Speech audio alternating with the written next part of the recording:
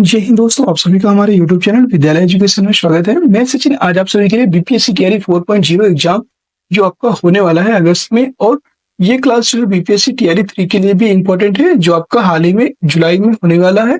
दोनों एग्जाम्स के लिए ये क्लास है और इसमें जो है आज हम बीपीएससी की घटना चक्र से क्वेश्चन करवाएं। जो बीपीएससी का स्वयं का घटना चक्र है जिसमें बीपीएससी प्री के सभी क्वेश्चन पूछे जाते हैं, वही क्वेश्चन आपके आज की क्लास में करवाने जा रहे हैं। और ये घटना चक्र आपका नवीनतम है जो 2024 का करंट घटना चक्र है, उसी से क्वेश्चन करवा रहे हैं इसलिए। और बीपीएससी जो है बार बार अपने ही क्वेश्चन रिपीट करती है अपने अदर्स एग्जाम में, जितने भी उसके दूसरे एग्जाम होते हैं सभी में घटना चक्र के क्वेश्चन जो है रिपीट करती है। और ये जो क्वेश्चन होते हैं सारे ऑथेंटिक क्वेश्चन है जो आपके एग्जाम में बार बार पूछे भी जाते हैं। चलिए आज इन्हीं क्वेश्चनों को कंप्लीट करते हैं। ये सभी क्वेश्चन इंडियन ज्योग्राफी या भारत के भूगोल के क्वेश्चन है। 61 नंबर प्रश्न से हम शुरू करेंगे। 60 नंबर तक हमने कल कवर कर लिया था और ये क्वेश्चन आपसे कल पूछा भी था कि भारत में प्रति व्यक्ति ऊर्जा की खपत 1994 में थी 300 किलोग्राम तेल के बराबर, 360 किलोग्राम तेल के बराबर, 243 किलोग्राम तेल के बराबर या 343 किलोग्राम तेल के बराबर। ये जो है प्रति व्यक्ति ऊर्जा की जो खपत थी ये 243 किलोग्राम तेल के बराबर थी 1994 में। सी ऑप्शन इसका राइट हो जाएगा। वर्ष 1994 में भारत में प्रति व्यक्ति ऊर्जा की खपत 244 से 243 किलोग्राम तेल के बराबर थी। जो आर्थिक समीक्षा 2018-19 के अनुसार भारत में प्रति व्यक्ति ऊर्जा खपत 0.6 टन तेल के बराबर है, जो वैश्विक प्रति 1.8 टन का एक तिहाई है। नेक्स्ट क्वेश्चन है क्वेश्चन नंबर 62। निम्न राज्यों में से कौन सा राज्य भारत में सर्वाधिक सौर ऊर्जा का उत्पादक है? तेलंगाना, कर्नाटक, आंध्र प्रदेश, राजस्थान, में से कोई नहीं है एक से अधिक। याद रखेंगे जो है कर्नाटक जो राज्य है, कर्नाटक राज्य सर्वाधिक सौर ऊर्जा का उत्पादन करता है। बी ऑप्शन करेक्ट हो जाएगा। दिए गए राज्यों में से कर्नाटक राज्य भारत में सर्वाधिक सौर ऊर्जा का उत्पादन करता है। 31 मार्च 2021 की स्थिति के अनुसार सौर ऊर्जा के संस्थापित क्षमता के संदर्भ में कर्नाटक शीर्ष पर है। नेक्स्ट क्वेश्चन है क्वेश्चन नंबर 63। भारत में राज्य विद्युत बोर्डों की वित्तीय रुग्णता के निम्नलिखित कारणों पर विचार करें। कृषि एवं घरेलू उपभोक्ताओं को उत्पादन लागत से कम पर बिजली का विक्रय, प्रसारण एवं संवितरण हानियां काफी ज्यादा होती है, ये भी सही है। राज्य विद्युत बोर्डों के लिए वाणिज्यिक स्वायत्तता में कमी, ये कथन भी सही है। राज्य सरकारों ने राज्य विद्युत बोर्डों के माध्यम से सामाजिक परिधान नीतियों को क्रियान्वित किया है, ये कथन भी सही है। इससे सभी कथन यहाँ पर जो है सही है। उपयुक्त में से कौन से सही हैं? सभी 1 2 3 4 ये ऑप्शन से राइट हो जाएगा। भारत में राज्य विद्युत बोर्डों की कार्यविधि में कई कमजोरियां हैं तथा उन्हें जो है कई कठिनाइयों का भी सामना करना पड़ रहा है, जिनमें प्रबंधकीय अकुशलताएं, वित्तीय संसाधनों का अभाव, केंद्रीय बिजली संस्थाओं को भुगतान करने की असमर्थता, व्यापक संचालन व वितरण हानियां आदि सम्मिलित हैं। इसके अतिरिक्त राज्य में कृषि क्षेत्र को बहुत कम कीमत पर बिजली उपलब्ध कराते हैं, जिससे आर्थिक सहायता का भार बहुत बढ़ जाता है। 11वीं पंचवर्षीय योजना के अनुसार भारत में संचालन व वितरण हानियां अधिकतर देशों की तुलना में अधिक हैं। इन हानियों के कई कारण हैं, जैसे बिजली की व्यापक चोरी, कम वोल्टेज पर ऊर्जा की बिक्री, दूर दराज कम आबादी वाले क्षेत्रों में बिजली की व्यवस्था करना तथा वितरण प्रणाली में कम निवेश इत्यादि, ये जो है प्रमुख इसके विधियां हैं। नेक्स्ट क्वेश्चन है आपका 64। संयंत्र किसके नजदीक स्थित है? पटना, दरभंगा, धनबाद, टाटानगर। याद रखिए जो टिस्को संयंत्र है ये पश्चिम बंगाल झारखंड टाटानगर में स्थित है। डी ऑप्शन करेक्ट हो जाएगा। इसको Tata iron and steel company limited, अब टाटा स्टील भारत की प्रमुख इस्पात कंपनी है जो टाटानगर जमशेदपुर स्थित। इस कारखाने की जो स्थापना है 1907 में की गई थी और किसके सहयोग से की गई थी? तो रूस के सहयोग से ये की गई थी। नेक्स्ट क्वेश्चन है 65। बिहार में डालमिया नगर किसके लिए प्रसिद्ध है? रेशम सीमेंट। याद रखेंगे सीमेंट के लिए डालमिया नगर प्रसिद्ध है। बी ऑप्शन करेक्ट हो जाएगा। बिहार में डालमिया नगर मुख्य रूप से सीमेंट के लिए प्रसिद्ध है और इसके अतिरिक्त यहाँ पर जो है चीनी भी मिलती है। आपने डालमिया की चीनी खाई होगी सभी ने, वह क्योंकि जो मतलब जो उसका एक चीनी का जो कट्टा बोलते हैं, चीनी का बोरी जो होता है ना वो आता है, तो उसमें लिखा भी रहता है डालमिया, चीनी की बोरी में लिखा रहता है। कागज भी, केमिकल आदि उद्योग भी यहाँ पर स्थापित है डालमिया नगर में। नेक्स्ट क्वेश्चन है 66। निम्नलिखित स्थानों में से कहाँ तांबा उद्योग स्थापित है? ये बताना है। तारापुर, टीटागढ़, रांची, खेतड़ी। उपयुक्त में से कोई नहीं, एक से अधिक। राजस्थान का जो खेतड़ी नामक स्थान है वहां पर तांबा उद्योग स्थापित है। खेतड़ी राजस्थान के झुंझुनू जिले में स्थित है और यह तांबा उद्योग के लिए प्रसिद्ध है। यहाँ तांबे की खदानें पाई जाती हैं। हिंदुस्तान कॉपर लिमिटेड के अधीन यहाँ कॉपर प्रोजेक्ट चलाया जा रहा है, जबकि तारापुर परमाणु ऊर्जा, टीटागढ़ कागज उद्योग और रांची इंजीनियरिंग उद्योग के लिए प्रसिद्ध है। ये बात आप याद रखेंगे। अगला क्वेश्चन है क्वेश्चन नंबर 67। राजस्थान राज्य का खेतड़ी बेल्ट किसके लिए प्रसिद्ध है? ये तांबे खनन के लिए प्रसिद्ध है। ये ऑप्शन करेक्ट हो जाएगा। राजस्थान राज्य का खेतड़ी बेल्ट तांबा उत्पादन के लिए प्रसिद्ध है। यह राजस्थान राज्य के झुंझुनू जिले में स्थित है। भारत में तांबा धारवाड़ शिलाओं के रंध्रों में पाया जाता है। भारत में शीर्ष तांबा अयस्क का भंडार है। पहला राजस्थान, दूसरा झारखंड, तीसरा है मध्य प्रदेश। नेक्स्ट क्वेश्चन है 68। स्वर्णिम चतुर्भुज क्या है? महानगरों को जोड़ने वाले रेल मार्ग, प्रमुख वायु मार्ग, राष्ट्रीय राजमार्ग परियोजना, स्वर्ण व्यापार का मार्ग। उपयुक्त में से कोई नहीं, है एक से अधिक। जो स्वर्णिम चतुर्भुज योजना है ये राष्ट्रीय राजमार्ग परियोजना है। सी ऑप्शन इसका राइट हो जाएगा। स्वर्णिम चतुर्भुज एक जो है राष्ट्रीय राजमार्ग परियोजना है, जिसकी शुरुआत 2001 में हुई थी। इसके माध्यम से देश के 4 प्रमुख महानगरों को, जो प्रमुख महानगर थे, दिल्ली हो गया, मुंबई, चेन्नई और कोलकाता को सड़क मार्ग के द्वारा जोड़ना था। अगला प्रश्न है 69। भारत का 40% सड़क परिवहन होता है राष्ट्रीय राजमार्ग से, राजकीय मार्ग से, जिला मार्ग से या ग्रामीण सड़कों से। 40% जो सड़क परिवहन होता है वो राष्ट्रीय राजमार्गों से होता है। ये ऑप्शन करेक्ट हो जाएगा। वर्तमान 31 मार्च 2017 तक राष्ट्रीय राजमार्ग की कुल लंबाई जो है 1,14,158 किलोमीटर, जो देश की कुल सड़कों की लंबाई का मात्र 1.94% है। किंतु संपूर्ण देश के परिवहन का लगभग 40% यातायात राष्ट्रीय राजमार्ग द्वारा संपन्न होता है। वार्षिक रिपोर्ट 2021-22 के अनुसार देश में राष्ट्रीय राजमार्गों की कुल लंबाई है 1,40,995 किलोमीटर। नेक्स्ट क्वेश्चन है 70। निम्न हिमालय पर्वत श्रेणियों में से किस पर्वत श्रेणी को अटल टनल पार करती है? जास्कर, पश्चिमी पीर पंजाल, लद्दाख, पूर्वी पीर पंजाल। उपयुक्त में से कोई नहीं है, एक से अधिक। याद रखेंगे, पूर्वी पीर पंजाल जो है इसको हिमालय पर्वत श्रेणियों में से पूर्वी पीर पंजाल श्रेणी को अटल टनल पार करती है। याद रखेंगे। 9.02 किलोमीटर क्षेत्र में जो है लंबी अटल टनल हिमालय के पूर्वी पीर पंजाल श्रृंखला में स्थित है और यह पूरे वर्ष मनाली को लाहौल स्पीति घाटी से जोड़कर रखती है।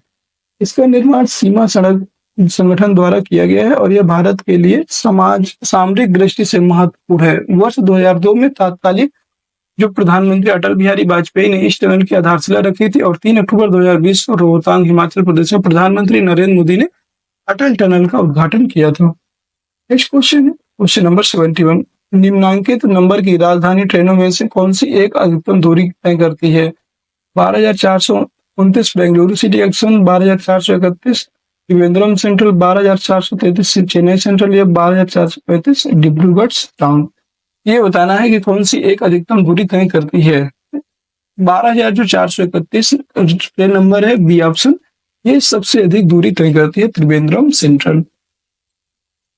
त्रिवेंद्रम राजधानी जो है ये 12,431 अधिकतम दूरी तय करती है। भारत की सर्वाधिक तीव्र गति से चलने वाली ट्रेन है गतिमान एक्सप्रेस। ये भी आप याद रखेंगे। 72 नंबर क्वेश्चन है कुरियर सेवा से प्रतिस्पर्धा के लिए भारतीय डाक विभाग ने द्रुत डाक सेवा आरंभ किया है। 1988, 1987, 1989, 1986। ये जो है 1986 में किया है। डी ऑप्शन करेक्ट हो जाएगा। अगला देखेंगे 73 नंबर क्वेश्चन। भारतवर्ष में सर्वप्रथम दूरभाष का प्रादुर्भाव किस वर्ष हुआ था? ये बताना है। भारत में जो है सर्वप्रथम जो है दूरभाष का जो प्रादुर्भाव है ये 1850 में हुआ था। ठीक है, 1850 कहीं पे है नहीं, इसलिए इसका राइट आंसर हो जाएगा नन ऑफ दीज। भारत में 1850 ईस्वी में सर्वप्रथम टेलीग्राफ सेवा कोलकाता और डायमंड हार्बर के बीच शुरू हुई थी।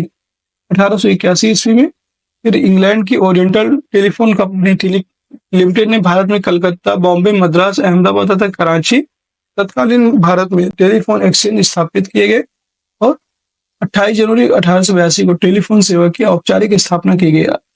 इसलिए कोई भी विकल्प इसका सही नहीं होगा। नेक्स्ट क्वेश्चन है 74।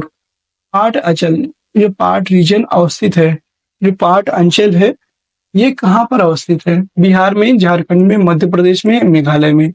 जो पाट अंचल है ये झारखंड में अवस्थित है, बी ऑप्शन करेक्ट हो जाएगा। पाट अंचल छोटानागपुर प्रदेश में अवस्थित है और ये ऊंचे पहाड़ी शिखर होते हैं। छोटानागपुर पठार का जो अधिकांश भाग है ये झारखंड राज्य के अंतर्गत आता है। अगला क्वेश्चन है 75। झुमरी तलैया रेडियो पर गीतों की फरमाइश के लिए प्रसिद्ध किस राज्य में स्थित है? बिहार, झारखंड, उड़ीसा, पश्चिम बंगाल। ये आपकी जो झुमरी तलैया है ये झारखंड में स्थित है, बी ऑप्शन करेक्ट हो जाएगा। और ये जो है पहले अविभाजित जो बिहार था उसका हिस्सा भी रहा है और ये झारखंड के कोडरमा जिले में स्थित है। झारखंड का जो कोडरमा जिला है वहां पर ये स्थित है, याद रखेंगे। नेक्स्ट क्वेश्चन है क्वेश्चन नंबर 76। क्षेत्रफल के अनुसार निम्नलिखित राज्यों का सही अवरोही क्रम क्या है? उस क्षेत्रफल के अनुसार अवरोही क्रम तो मतलब सबसे पहले सबसे बड़ा आएगा, याद रखिए मध्य प्रदेश इसमें हो जाएगा सबसे पहले, फिर आएगा आपका, इसके बाद आएगा उत्तर प्रदेश, फिर आएगा आपका आंध्र प्रदेश और लास्ट में आएगा बिहार। ठीक है, ये 3 4 1 2, 3 4 1 2, ये डी ऑप्शन इसका राइट हो जाएगा। मध्य प्रदेश 3,08,252 वर्ग किलोमीटर है। उत्तर प्रदेश की बात करेंगे 2,40,928 वर्ग किलोमीटर है। आंध्र प्रदेश में 1,60,205 वर्ग किलोमीटर है और बिहार की बात करेंगे तो इसका जो क्षेत्रफल है 94,163 वर्ग किलोमीटर है। नेक्स्ट क्वेश्चन है 77। भौगोलिक क्षेत्र की दृष्टि से भारत के निम्न जिलों में से कौन सा जिला सबसे बड़ा है? लेह, कच्छ, जैसलमेर, बाड़मेर, उपयुक्त में से कोई नहीं है एक से अधिक। इसका जो राइट आंसर हो जाएगा ये हो जाएगा आपका कच्छ, बी ऑप्शन करेक्ट हो जाएगा। ये जो है सबसे बड़ा है कच्छ। ठीक है, लेह की बात करेंगे लद्दाख 45,000 वर्ग किलोमीटर में है। कच्छ जो है 45,674 वर्ग किलोमीटर में है। जैसलमेर की बात करेंगे 38,401 वर्ग किलोमीटर में है। बाड़मेर की बात करेंगे 28,387 वर्ग किलोमीटर में है। 78 नंबर क्वेश्चन है, असम कुल मिलाकर कितने राज्यों एवं केंद्र शासित क्षेत्रों से घिरा हुआ है? 6, 7, 8, 9। असम की बात करेंगे तो ये 7 राज्यों एवं केंद्र शासित प्रदेशों से मिलकर के घिरा हुआ है, बी ऑप्शन इसका राइट हो जाएगा। असम राज्य की सीमाएं कुल 7 राज्यों से मिलती है, कोई केंद्र शासित प्रदेश वर्तमान में इसकी सीमा नहीं लगती है। जिन राज्यों में असम की सीमाएं मिलती हैं वे इस प्रकार हैं, देख सकते हैं, पश्चिम बंगाल, नागालैंड, मिजोरम, मेघालय, अरुणाचल प्रदेश, मणिपुर, त्रिपुरा। ये जो है 7 राज्य हैं जिसकी सीमाएं आज असम राज्य से लगती हैं। नेक्स्ट क्वेश्चन है 79। गद्दी लोक निवासी हैं मध्य प्रदेश के, हिमाचल प्रदेश के, अरुणाचल प्रदेश के, मेघालय के। तो गद्दी जो लोक निवासी हैं ये हिमाचल प्रदेश से हैं, बी ऑप्शन करेक्ट हो जाएगा। 80 नंबर प्रश्न है, बोडो निवासी हैं गारो पहाड़ी के, संथाल परगना के, अमेजन बेसिन के, ये मध्य प्रदेश के। तो आपके जो बोडो निवासी हैं ये गारो पहाड़ी के निवासी हैं, ये ऑप्शन करेक्ट हो जाएगा। बोडो जनजाति एक नर जाति और बहुभाषी समुदाय है जो भारत के उत्तर पूर्वी की गारो पहाड़ियों में पाई जाती है। 81 नंबर प्रश्न है, गारो जनजाति है असम की, मणिपुर की, फिर है आपका मिजोरम की या मेघालय की। तो इसमें आपको याद रखना है जो असम गारो जनजाति है ये मेघालय, असम एवं मिजोरम तीनों की है, इसलिए जो है इसका राइट आंसर हो जाएगा एक से अधिक या नन ऑफ दीज। मतलब एक से अधिक होना चाहिए लेकिन है नहीं तो नॉन ऑफ दीज लगाएंगे क्योंकि इनमें से 3 की है, याद रखिएगा। नेक्स्ट क्वेश्चन है 82। गंगा की जलोढ़ मृदा की गहराई भूमि सतह के नीचे लगभग डैश 6,000 मीटर तक होती है, 600 मीटर तक होती है, 800 मीटर तक होती है, ये 100 मीटर तक होती है। गंगा की जो जलोढ़ मृदा की गहराई है ये भूमि सतह के नीचे 6,000 मीटर तक होती है। और दोस्तों अगर आप सभी को क्लास पसंद आ रही है तो क्लास प्लीज जो है क्लास को सभी लोग जो है लाइक कर दीजिए, एक बार सभी लोग लाइक कर दीजिए, शेयर कर दीजिए और चैनल में नए हैं तो चैनल को सब्सक्राइब भी अवश्य कर लीजिए। दोस्तों सभी के आपके जो है एग्जाम डेट भी हाल ही में आने वाली है, जैसे ही आपके चुनाव कंप्लीट होते हैं वैसे ही आपका एग्जाम करवा लिया जाएगा।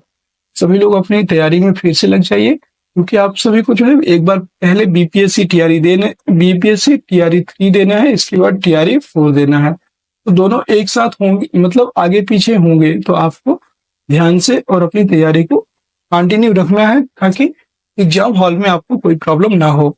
और ये जो है पूरा रिवीजन क्लास है। इसके पहले भी हम लोगों ने घटना चक्र करवाया था, लेकिन दोबारा से न्यू घटना चक्र के माध्यम से फिर से आपको रिवीजन करवा रहे हैं। नेक्स्ट क्वेश्चन है 83। भारत की सबसे बड़ी वाह नदी है महानदी, गोदावरी, गंगा, नर्मदा। भारत की सबसे बड़ी वाह नदी कौन सी है? वो है आपकी गंगा नदी। गंगा नदी की भारत में लंबाई आप सभी को पता है 2525 किलोमीटर है। गंगा नदी 2525 kilometre, Godavari 1465 kilometre, Narmada 1312 kilometre, Mahanadi 851 kilometre. ठीक है, अगला क्वेश्चन है 84 नंबर। गंगा नदी के किनारे सबसे बड़ा शहर कौन सा है? वाराणसी, पटना, कानपुर, इलाहाबाद। तो याद रखिए कानपुर जो है सबसे बड़ा शहर है गंगा नदी के किनारे बसा हुआ। सी ऑप्शन करेक्ट हो जाएगा। अगला प्रश्न है 85। तिब्बत में मानसरोवर झील के पास जिस नदी का स्रोत है वह कौन सी है? ब्रह्मपुत्र, सतलज, सिंधु, उपयुक्त सभी। ये जितनी भी नदियां हैं ब्रह्मपुत्र, सतलज और सिंधु, ये तीनों नदियां जो है तिब्बत के मानसरोवर झील के पास से निकलती हैं। डी ऑप्शन इसका राइट हो जाएगा। ब्रह्मपुत्र की बात करेंगे तो तिब्बत के मानसरोवर के निकट चेमा युंगदुंग हिमनद से निकलती है। सतलज नदी की बात करेंगे तो तिब्बत में मानसरोवर झील के पास से रॉकस ताल से निकलती है। और सिंधु नदी आपकी मानसरोवर झील के निकट से निकलती है। नेक्स्ट क्वेश्चन है 86। मानस नदी किस नदी की उपनदी है? गोदावरी, महानदी, कृष्णा, ब्रह्मपुत्र। तो मानस नदी की बात करेंगे, ये ब्रह्मपुत्र की उपनदी है। डी ऑप्शन करेक्ट हो जाएगा। मानस नदी ब्रह्मपुत्र नदी की सहायक नदी है और ब्रह्मपुत्र की अन्य प्रमुख सहायक नदियां, ये याद रखिएगा, बहुत बार पूछा गया है सहायक नदियां। इसकी अन्य सहायक नदियां होती हैं जयमोली, तीस्ता, कामेक, सुबनसिरी, धनसिरी, बूढ़ी दिहांग, दिसांग और कोपिली। ब्रह्मपुत्र को तिब्बत में शांगपुर या सापू के नाम से जाना जाता है और अरुणाचल प्रदेश में दिहांग, असम में ब्रह्मपुत्र और बांग्लादेश में जमुना के नाम से जाना जाता है। ब्रह्मपुत्र नदी जो है तिब्बत अर्थात चीन, भारत एवं बांग्लादेश से होकर प्रवाहित होती है। निम्नलिखित तुलना के आधार पर हिमालयी नदी की प्रायद्वीपीय नदी से तुलना करें। अधिकांश हिमालयी नदियां बारहमासी हैं, जबकि अधिकांश प्रायद्वीपीय नदियां वर्ष भर वर्षा पर निर्भर हैं। एकदम सही बात है। हिमालयी नदी की ढाल प्रायद्वीपीय नदी की तुलना में अधिक खड़ा है, ये भी कथन सही है। प्रायद्वीपीय नदी हिमालयी नदी की तुलना में अपने रास्ते से अधिक क्षरण का कारण बनती है, ये कथन गलत है। इसका जो राइट आंसर हो जाएगा 1 और 2 ही सही है और सही उत्तर का चयन करना है। केवल 1 और 2 इसका राइट हो जाएगा, केवल 1 और 2। ये आपका 67वें बीपीएससी प्री में पूछा गया क्वेश्चन है। ठीक है, अधिकांश हिमालयी नदियां बारहमासी हैं जो हिमालयी ग्लेशियरों से जल प्राप्त करती हैं, जबकि अधिकांश प्रायद्वीपीय नदियां वर्षा पर निर्भर हैं। हिमालयी नदी की ढाल जो है प्रायद्वीपीय नदी की तुलना में अधिक खड़ा है और हिमालयी नदी युवा नदी की उदाहरण है तथा ये प्रायद्वीपीय नदी की तुलना में अधिक क्षरण का कारण बनती हैं। नेक्स्ट क्वेश्चन है क्वेश्चन नंबर 88। कौन सी नदी भ्रंश द्रोणी या फॉर्ट थ्रो से होकर बहती है? भ्रंश द्रोणी से होकर कौन सी नदी बहती है? नर्मदा, सोन, गोदावरी, कावेरी। याद रखिएगा जो नर्मदा नदी है ये भ्रंश द्रोणी से होकर गुजरती है। ए ऑप्शन इसका राइट हो जाएगा। याद रखेंगे ए ऑप्शन इसका राइट हो जाएगा। नर्मदा नदी बिंद एवं सतपुड़ा के मध्य भ्रंश घाटी से होकर गुजरती है। किसके मध्य? बिंद और जो सतपुड़ा है इसके मध्य जो है ये भ्रंश घाटी से होकर गुजरती है। नेक्स्ट प्रश्न है 89। पश्चिम की ओर प्रवाहित होने वाली नदियां कौन सी हैं? नर्मदा, ताप्ती, राप्ती। याद रखिएगा नर्मदा और ताप्ती, नर्मदा और ताप्ती जो नदियां हैं ये दोनों पश्चिम की ओर प्रवाहित होती हैं, लेकिन राप्ती आपकी जो है पश्चिम की ओर प्रवाहित नहीं होती। राप्ती तो आपके उत्तर प्रदेश के गोरखपुर जिले में स्थित है। 1 और 2 इसका राइट हो जाएगा, ए ऑप्शन। भारत में पश्चिम दिशा में प्रवाहित होने वाली 3 प्रमुख नदियों में से नर्मदा नदी, ताप्ती नदी और साबरमती है। राप्ती जो है घाघरा की सहायक नदी है, ये भी आप याद रखेंगे, और जो उत्तर पश्चिम से दक्षिण पूर्व दिशा में प्रवाहित होती है। नेक्स्ट क्वेश्चन है 90 और इसका क्वेश्चन दे, इसका आंसर आप सभी को कमेंट बॉक्स में कमेंट करना है। कावेरी नदी कौन से राज्यों से होकर गुजरती है? गुजरात, मध्य प्रदेश, तमिलनाडु, कर्नाटक, केरल, तमिलनाडु, कर्नाटक, केरल, आंध्र प्रदेश या मध्य प्रदेश, महाराष्ट्र, तमिलनाडु। इसमें बताना है कि किससे होकर के गुजरती है। इसका आंसर कमेंट बॉक्स में कमेंट कीजिएगा। और कैसी लगी आज की क्लास ये भी कमेंट बॉक्स में जरूर बताइएगा। क्लास पसंद आई हो तो सभी लोग जो है क्लास को लाइक कर दीजिए, शेयर कर दीजिए, और चैनल में नए हैं तो चैनल को सब्सक्राइब अवश्य कर लीजिएगा। और ये भी कमेंट करके बताइएगा कि नेक्स्ट जो टॉपिक है क्या रहेगा आपका। जैसे ज्योग्राफी आपका फिर खत्म होने वाला है, ज्योग्राफी के बाद किस चीज के मतलब घटना चक्र कौन से सब्जेक्ट की शुरू करें, इसका आंसर भी कमेंट बॉक्स में बताइएगा। किसी क्वेश्चन में डाउट हो तो जरूर पूछ लीजिएगा। सभी लोग जो है टेलीग्राम चैनल अवश्य ज्वाइन कर लीजिए। टेलीग्राम चैनल का जो लिंक है वीडियो के डिस्क्रिप्शन में मिल जाएगा, और आप जो है सर्च कर सकते हो विद्यालय एजुकेशन, विद्यालय विद्यालय एजुकेशन सर्च करके भी आप जो है टेलीग्राम चैनल को आ सकते हैं। मतलब वहां पे सर्च करेंगे मिल जाएगा, और ज्वाइन कीजिएगा। ठीक है, टेलीग्राम चैनल ज्वाइन करने के पश्चात आपको सभी क्लास की नोटिफिकेशन और जितनी भी क्लास की इंफॉर्मेशन है पीडीएफ से वहां पे प्रोवाइड की जाती है। मिलते हैं फिर किसी नेक्स्ट वीडियो में, तब तक के लिए जय हिंद जय भारत।